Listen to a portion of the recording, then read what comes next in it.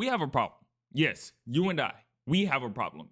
Matter of fact, the whole community has a problem. Honestly, in this community, there's so much non-stop complaining. And honestly, if I wanted to address everything in this video, it'll be an hour long. But I'm not gonna do that. There are gonna be some key things that I'm gonna touch upon. I've been around the community, I see a little bit. I'm not chronically online like some of you guys. Some stuff does swing my way. Let's first talk about how long this game has been out. This game came out in December of 2024.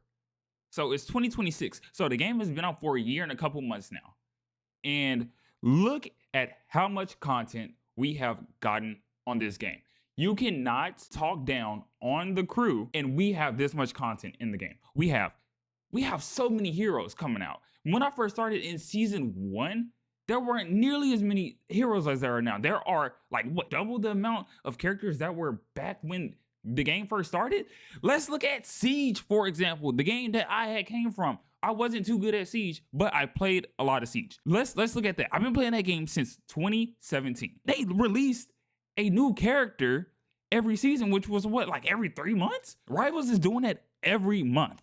And y'all are still finding ways to complain, oh, we need more heroes, we need more content. It's that TikTok brain-rotted brain of yours that can't be content with what you have. How long the game has been out and how many characters there are in the game from when the game first released to what we are right now. Let's talk about the maps. I know that was a really, really big thing going on in the community, saying that we need more maps, we need more this, we need more that. Guys, let's look at League of Legends, right? League of Legends has one comp map. And I don't know, maybe people have been complaining on there, but from the people that I know that play League, they don't complain about having that one map. Let's look at Overwatch. Overwatch has had the same maps for how long?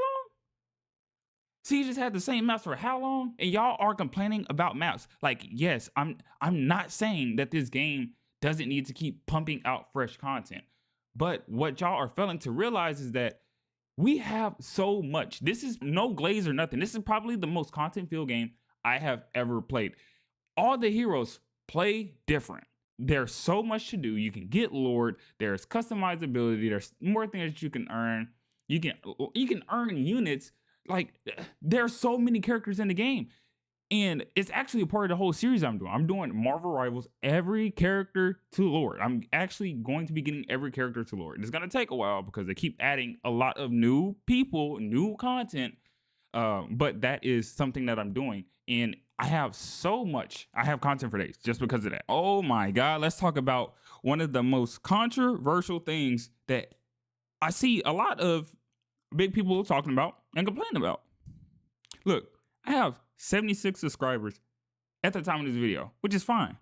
Thank you 76 for subscribing. I hope I can reach out to a further audience, but genuinely, thank you for the 76 subs that I have. But not almost, sorry. I'm not gonna name drop, but there's a certain few people that are complaining about the whole team up system. Guys, this took them how long to implement into the game? Let's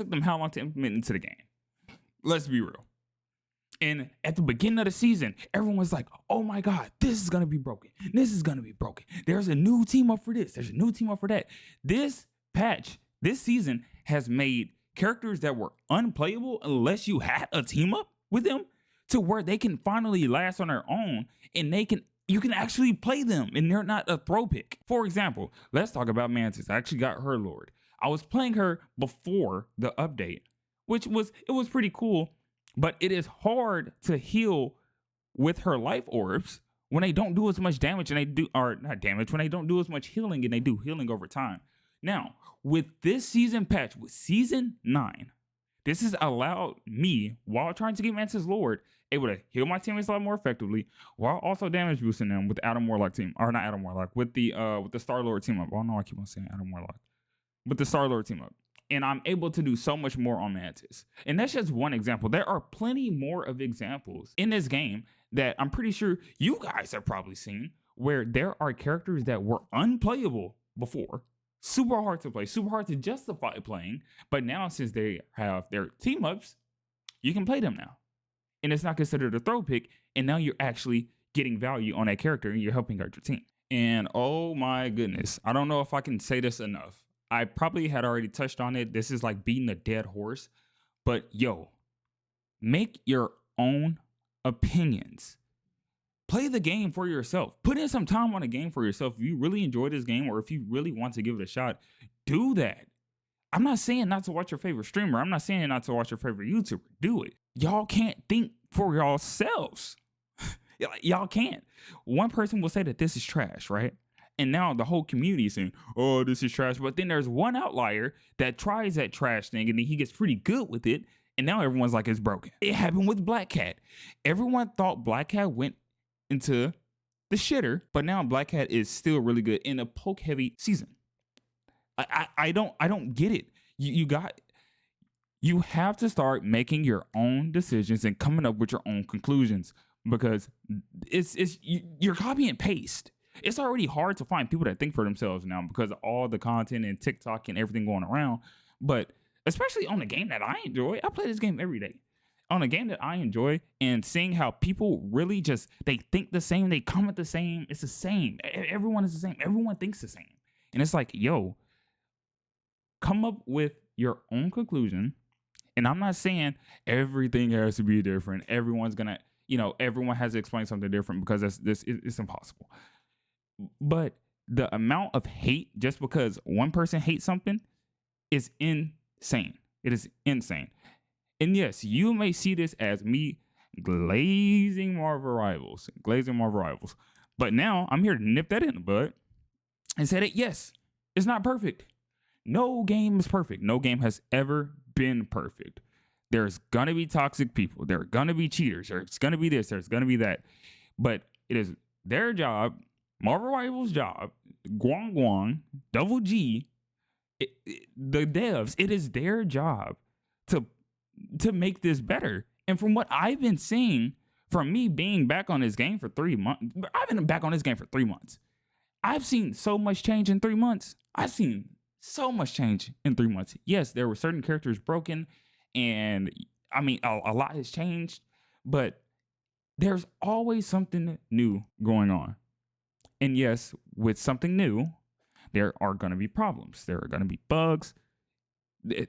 There's going to be brokenness. And there's no beating that. That's just the way that's gaming. That's gaming in general.